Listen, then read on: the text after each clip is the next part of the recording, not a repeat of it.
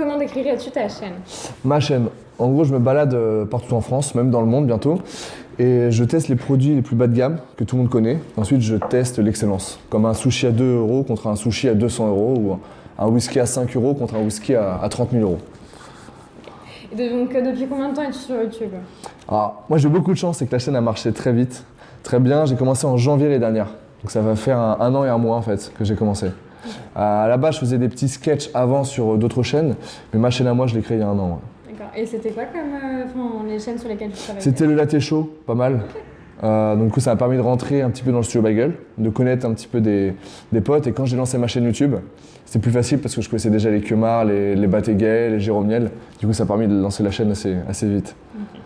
Okay. Donc, qu'est-ce qui t'a poussé à ouvrir ta propre chaîne? Alors à la base, c'était un pari avec Kemar. C'est qu'il y avait une soirée, j'avais vu que en fait, sur YouTube, quand tu as 100 000 abonnés, tu as un petit cadre en argent avec un bouton. Et je trouvais ça stylé. Et je trouvais ça trop beau. Et je me suis dit, viens, je lançais un pari avec Kemar. Je fais, vas-y, viens, on ouvre une chaîne. Et en 3 mois, j'arrive à avoir 100 000 abonnés. Et j'arrive à décrocher le cadre. Bon, c'est impossible, tu vois. Et en gros, donc j'ai lancé la chaîne et ça a marché. Donc au bout de 3 mois, on avait 100 000 abonnés. Enfin, j'avais 100 000 abonnés. J'ai eu le cadre. Donc après, on s'est retrouvés pendant 2 mois sans vidéo. Parce que là-bas, c'était pas censé continuer la chaîne.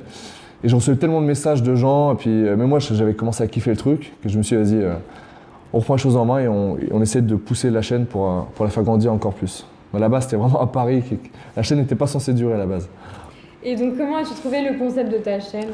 Le concept, c'est un pote qui est revenu des États-Unis, qui s'appelle Léo Attali, qui m'a dit, mec, il y a un truc qui cartonne, ça s'appelle BuzzFeed aux États-Unis. Et en fin de compte, ils font ça. Ils font pareil. Ils testent un burger à 7 $ contre un burger à 800 $. Et en gros, c'était pas sous-titré français. Et donc, ils trouvaient ça l'idée cool, mais en gros, pour les gens qui parlaient pas anglais, c'était compliqué à suivre. Ils me disaient, est-ce que tu lancerais pas ça en France, t'essaierais pas? Donc, du coup, on a contacté la marque. Ils nous ont dit, bah, allez-y, tournez quelques pilotes. Et si ça nous plaît, on travaillera avec vous, et voilà. Et du coup, voilà. Donc, l'idée, c'est pas de moi, mais c'est un pote qui a pris un concept qui cartonnait aux États-Unis. Ok. Donc, que faisais-tu avant YouTube? Alors, donc, j'ai fait les cours Florent. Je suis comédien à la base. Là, j'ai fait un gros film au mois de mai qui va sortir donc au mois de mai prochain là, pour le Festival de Cannes avec Catherine Deneuve. Donc j'ai l'un des rôles principaux. J'ai fait un peu de télé, j'ai fait tous les trucs de merde, genre Joséphine Ange Gardien, Alice Nevers, etc. Vraiment les trucs pourris. Et j'ai été directeur d'un restaurant. Donc le restaurant où on mange dans le noir pendant 4 ans. J'ai travaillé 2 ans en extra et 4 ans en tant que directeur. Et j'ai arrêté là au mois de septembre parce que YouTube me prenait trop de temps. Okay. Donc tant mieux, remarque. Et donc combien de personnes travaillent sur ta chaîne YouTube? Enfin, combien de vues? Alors la base, on est 2. Il y a moi et Hugo. Hugo, c'est lui qui filme, qui fait le montage, qui fait toute la partie technique. Et il y a moi qui contacte les marques, qui contacte les restaurants, les lieux. Et en fait, on pourrait même dire qu'on est 3, mais il y a une personne qui vient tout le temps, c'est un youtubeur. Je suis toujours accompagné d'un youtubeur chaque épisode. Donc voilà, moi et Hugo, on est les 2 fixes, avec des fois un ingé son. Et à chaque fois, il y a une 3e personne dans tous les épisodes, un youtubeur ou des abonnés. Des fois, je prends des abonnés au hasard et on tourne ensemble. Ok. Donc oui, c'est donc un travail à temps plein, ton métier de youtubeur, tu fais pas quelque chose à côté Non, enfin je fais pas quelque chose à côté. J'ai la chance d'avoir mis de l'argent de côté grâce au film que j'ai fait. Parce que pour l'instant, je vis pas entièrement de la chaîne. En fait, le fait que j'ai mis de l'argent de côté, c'est que je cours pas après la thune et je pourrais faire plus de vidéos sur les placements de produits et tout. Mais il y a beaucoup de choses qui m'intéressent pas et qui me parlent pas. Donc du coup, je fais très peu de placements de produits. J'en ai fait que 1 depuis le début en un an. Parce que c'est pas le but. Mais non, pour l'instant, je vis pas. YouTube ne fait pas vivre à 100%. Okay.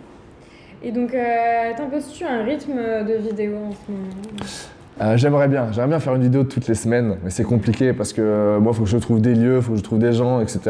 Donc pour l'instant, je suis à plus une vidéo tous les 10 jours. C'est déjà pas mal, parce que je préfère vraiment faire la qualité que de la quantité. Toutes mes vidéos, elles sortent en 4K, il y a beaucoup de montage derrière, il y a beaucoup de recherche. Et voilà, mais c'est vrai que j'aimerais faire plus de vidéos, mais pour l'instant, une tous les 10 jours, c'est déjà vraiment pas mal.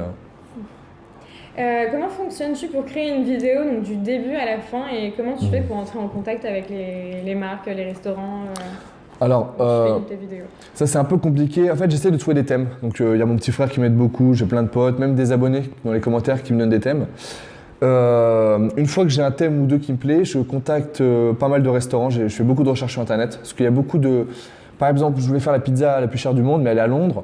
Le kebab le plus cher du monde, il est à Londres. Enfin, en fait, à Paris, il y a très peu de choses. Du coup, c'est des heures de recherche sur Internet. Ça, c'est le gros souci. Et après, je téléphone, j'envoie des mails.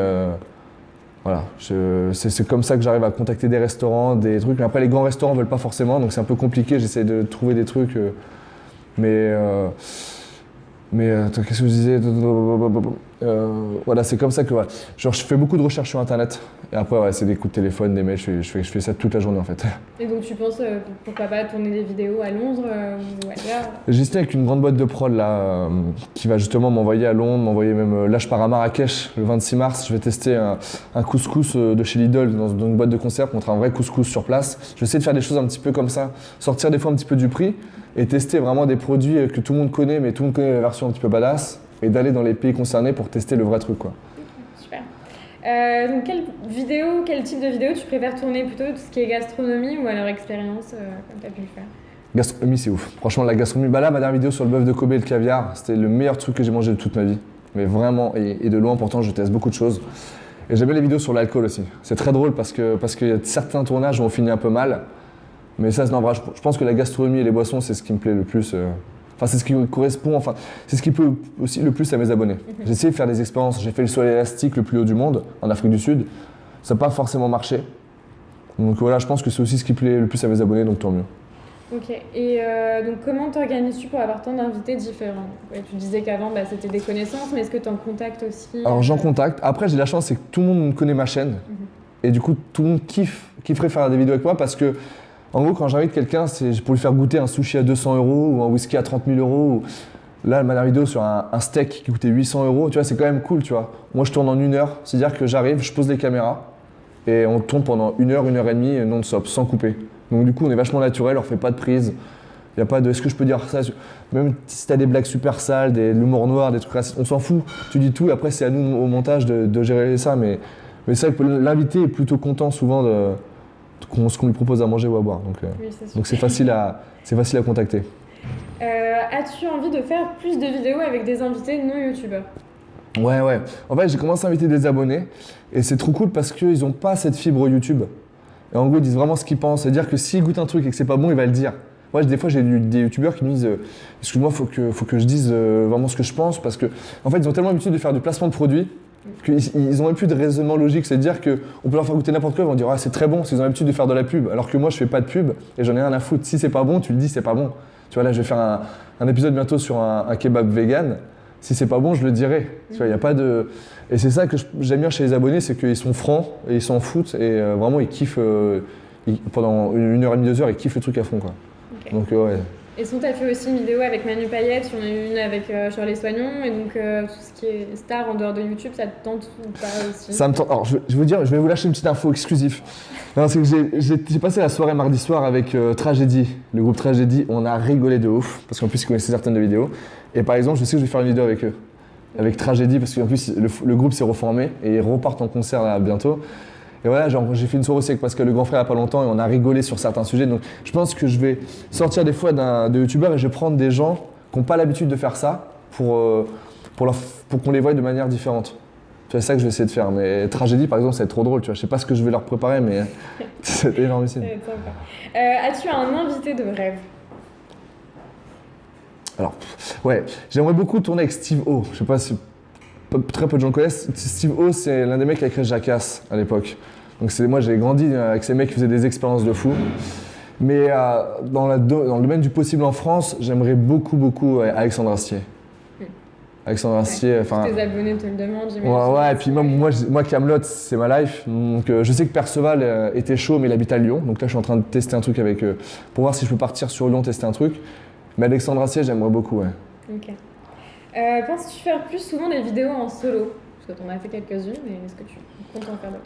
Ouais, alors c'est un exercice que je trouve un peu compliqué parce que moi j'aime bien la répartie de parler avec quelqu'un, blaguer avec quelqu'un, après faire du vlog, comme fait par exemple Wartech, partir avec sa caméra, tester des trucs, ou Florian Honner, il fait beaucoup ça. Je trouve que c'est un peu compliqué pour moi.